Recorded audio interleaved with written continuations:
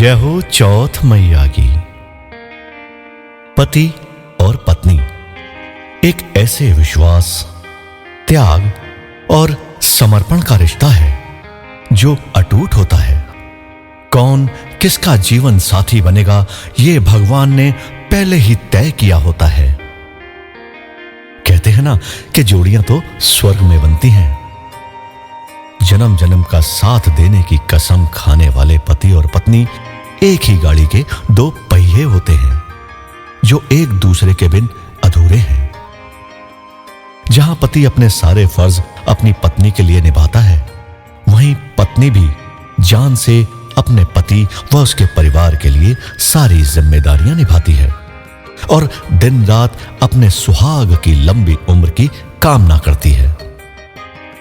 और इन दिन रातों के चलते एक विशेष दिन ऐसा भी आता है जब एक सुहागन, एक पत्नी सारे दिन भूखी और प्यासी रहकर अपने पति की लंबी उम्र के लिए व्रत रखती है। और वो व्रत होता है पावन करवा चौथ का व्रत। जी हां, सदियों से यह परंपरा चली आ रही है। करवा चौथ के व्रत की एक कथा भी है जिसको सुनने मात्र से आप चौथ मैया की कृपा प्राप्त करेंगे। तो आइए सुनते हैं करवा चौथ की पावन व्रत कथा। एक समय की बात है, एक गांव में एक साहूकार अपने परिवार के साथ रहता था।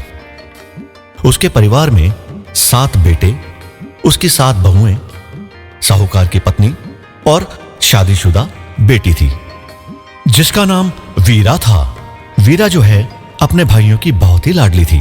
कार्तिक मास कृष्ण पक्ष चतुर्थी तिथि को करवा चौथ का व्रत आया। साहूकार की 7 बहुओं और उसकी बेटी ने यह व्रत साथ साथ रखा।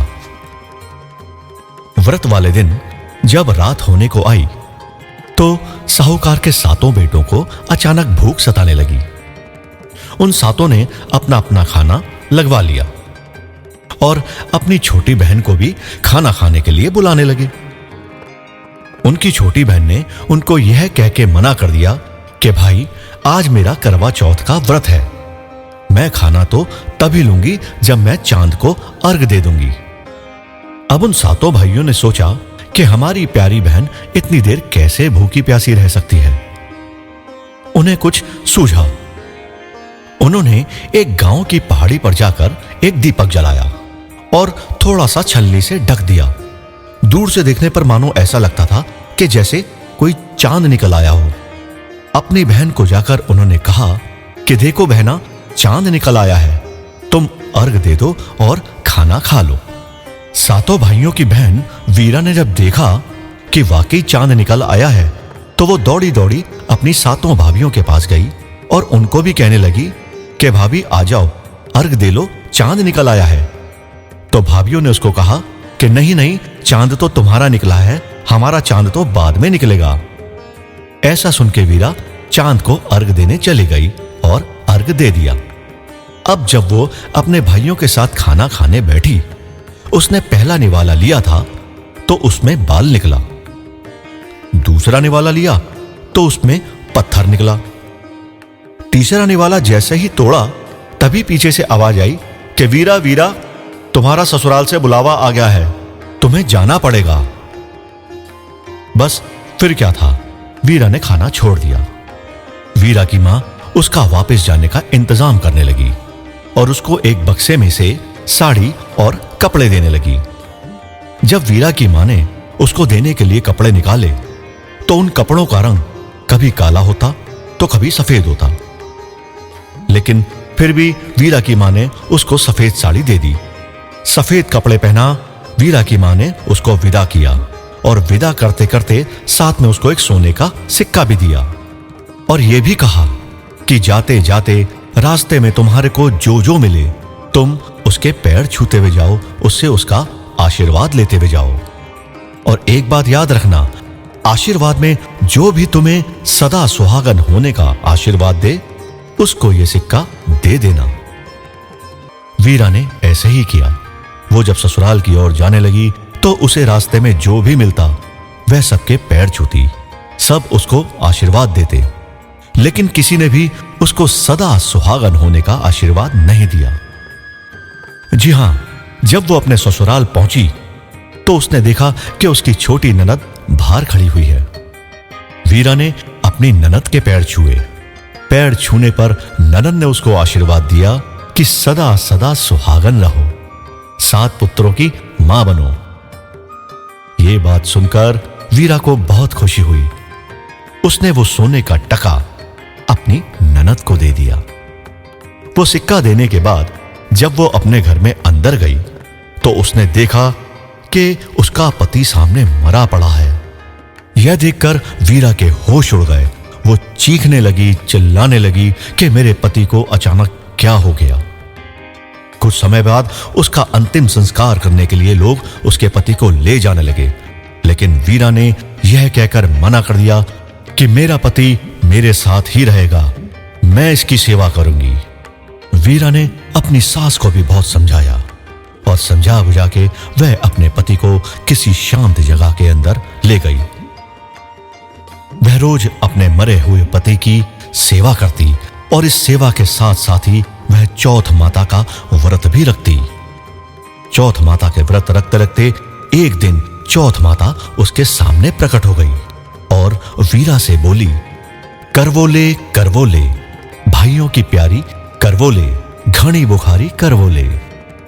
चौथ मैया को अपने सामने देखकर उसके आश्चर्य का ठिकाना नहीं रहा।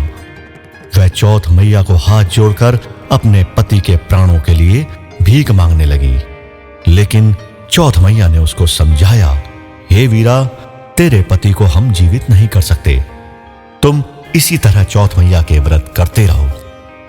बड़ी चौथ माता कभी आएंगी तब उनसे अपने पति के प्राणों की याचना करना।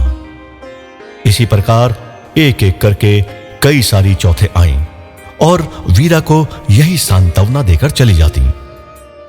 एक बार आश्विन की चौथ माता ने वीरा को बताया कि बेटी, तुमसे कार्तिक की चौथ माता बहुत रुष्ट हैं।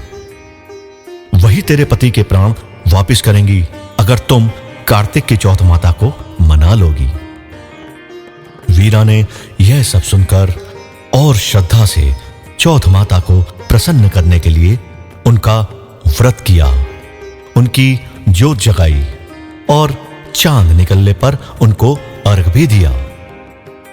चौथ माता वीरा के भक्ति भाव देखकर अति प्रसन्न हुई और वह वीरा के सम्मुख आन प्रकट हुई।